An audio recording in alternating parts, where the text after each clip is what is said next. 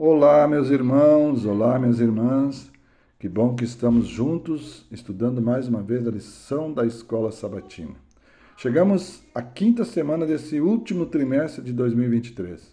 Esse trimestre nós estamos estudando um tema muito importante que faz parte da vida de todo cristão, que tem como título A Missão de Deus, a Nossa Missão.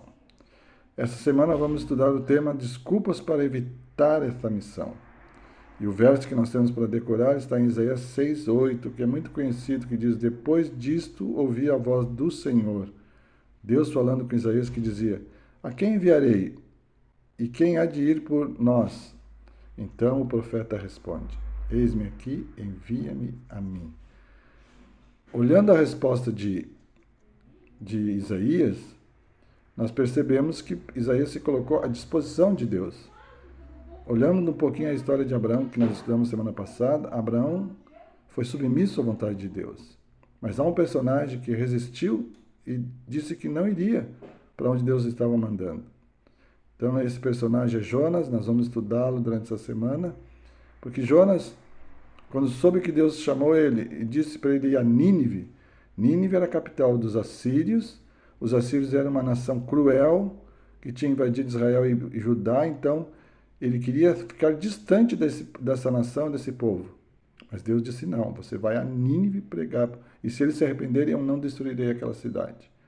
Então, durante essa semana, nós vamos estudar e refletir um pouco como muitas vezes é a nossa história. Quantas vezes nós deveríamos ir para algum lugar ou deveríamos estar cumprindo com a nossa missão de pregar o Evangelho e muitas vezes por medo ou por, quem sabe, algum outro motivo, temos evitado de fazer a vontade de Deus. Durante essa semana, prepare o seu coração. Separe um tempo da sua vida, cada dia, no primeiro dia, no segundo, no terceiro, no quarto, no quinto e no sexto dia para estudar e refletir na palavra de Deus e aprender mais.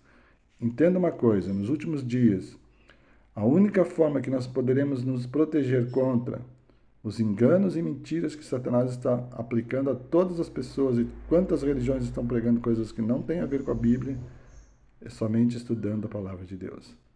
Por isso, meu irmão, guarde esse tempo, estude a palavra de Deus, cresça em espírito e em verdade, e que nós sejamos fortes e fiéis até a volta do Senhor Jesus. Fiquem com Deus e uma semana muito promissora a todos nós.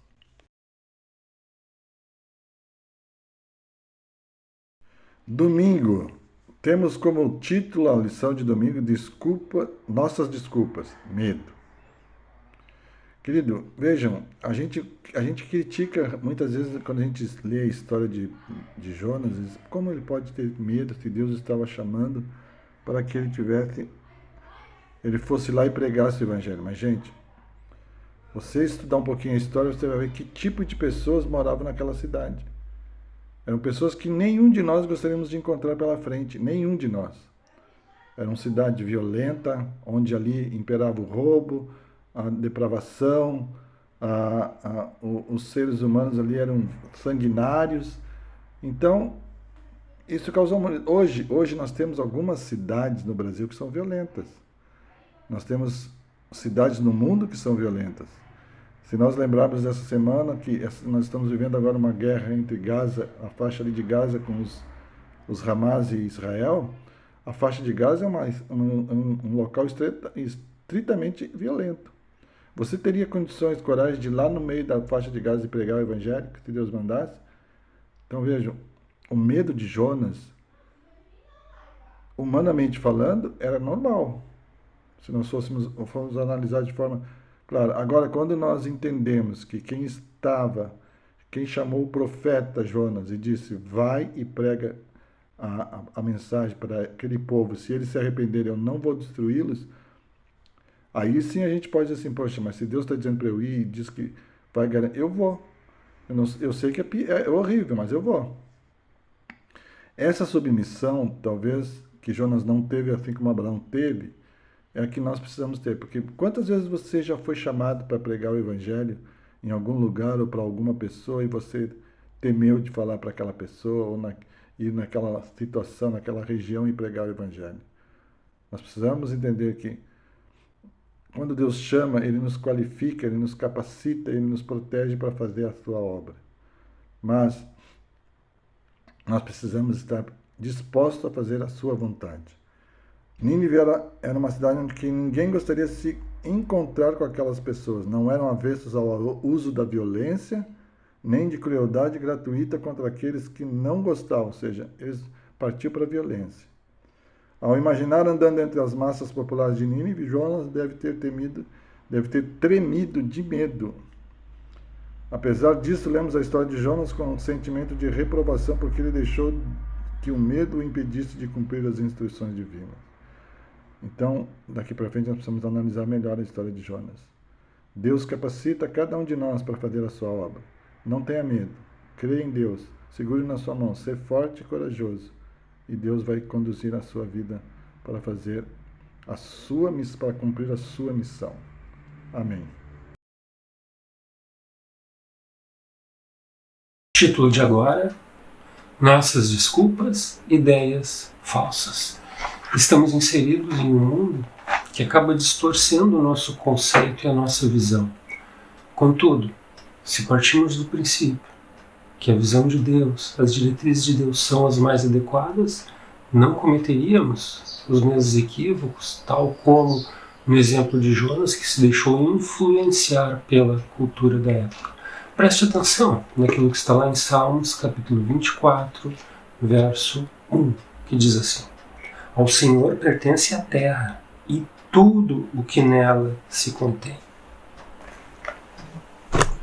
Queridos, se o Senhor é o detentor da terra e tudo que nela tem, à medida que estejamos desempenhando o senso de missão, esses elementos Deus irá colocar a quem? A nosso favor.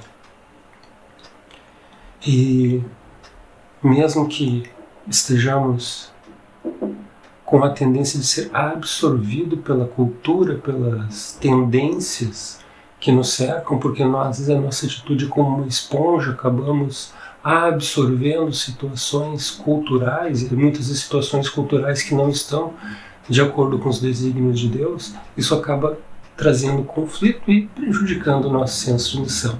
Que possamos estar muito atentos, referentes à cultura que nos cerca e os padrões estabelecidos pelo mundo. Nossas desculpas, inconveniência. Realmente, é importante estarmos atentos, porque às vezes Deus nos coloca em situações que julgamos ser inconvenientes. Reflita sobre o contexto de Jonas.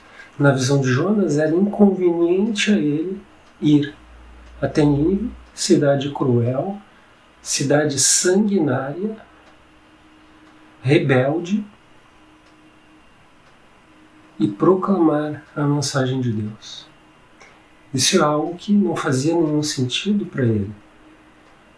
E muitas coisas, muitas situações em que nós nos envolvemos quando estamos com o senso de missão podem parecer também incoerentes. Às vezes a abordagem de pessoas, de locais, contextos em que para nós não faz o menor sentido, para Deus faz o maior sentido, porque a sua missão é plena e abrangente. Preste atenção nas palavras das Escrituras, lá em Jonas capítulo 3, verso 5, acompanhe comigo. Os ninivitas creram em Deus e proclamaram um jejum, vestiram-se de panos de saco, desde o maior até o menor.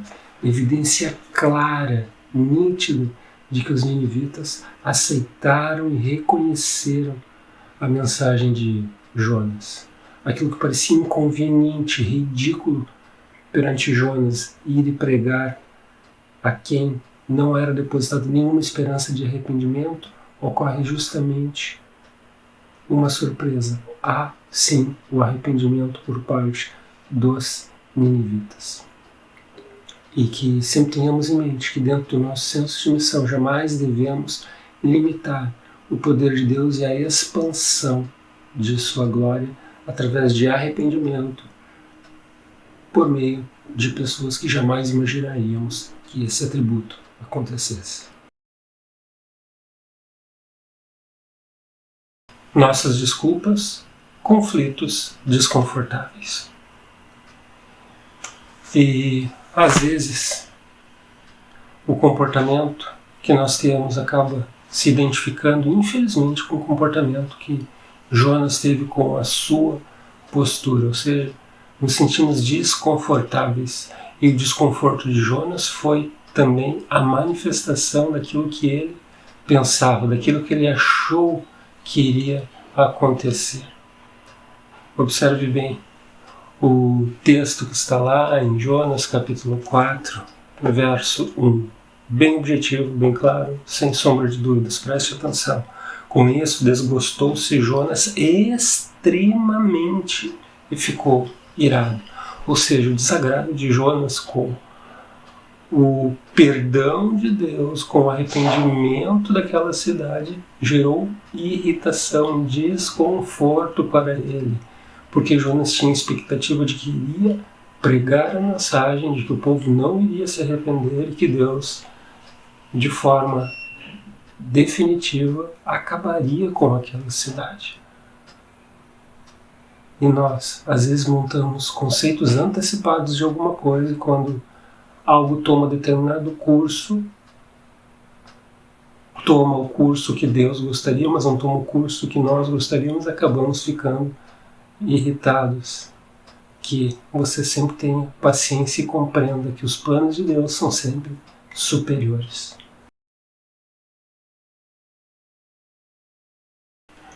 Próximo título, Eis-me aqui, envia-me a mim. Aquela passagem clássica que está lá no livro de Isaías deve fazer parte também da nossa lembrança sempre que estivermos com o senso de missão. Claro que as rotinas do mundo, o contexto geral das nossas vidas, ele acaba inibindo, bloqueando o nosso senso de missão. Mas que bom quando há em nós a disponibilidade e as palavras sinceras. Senhor, estou à tua disposição, pode me enviar. Esse desejo de Deus e essa deveria ser a nossa intenção e as nossas palavras. Vamos relembrar aquilo que Isaías falou de forma muito clara. Observe comigo o verso 8 de Isaías capítulo 6. Isaías 6, verso 8, diz assim: Depois disto ouvi a voz do Senhor que dizia: A quem enviarei e a quem há de ir por nós? Disse eu: Eis-me aqui, envia-me a mim. Por que Isaías foi tão direto em sua resposta? Nós não podemos nos esquecer do contexto. O contexto envolve toda a manifestação do trono de Deus, a sua glória, a sua majestade, todo o cenário que está dentro do contexto do trono divino. Após ver isso, Isaías estava influenciado pela glória celestial. Toda vez que nós estivermos influenciados pela glória celestial, aceitaremos a missão de Deus. E assim como Isaías, vamos dizer: Eis-me aqui, envia-me a mim. Que essa possa ser a sua palavra, que isso possa estar contido na sua mente e no seu coração.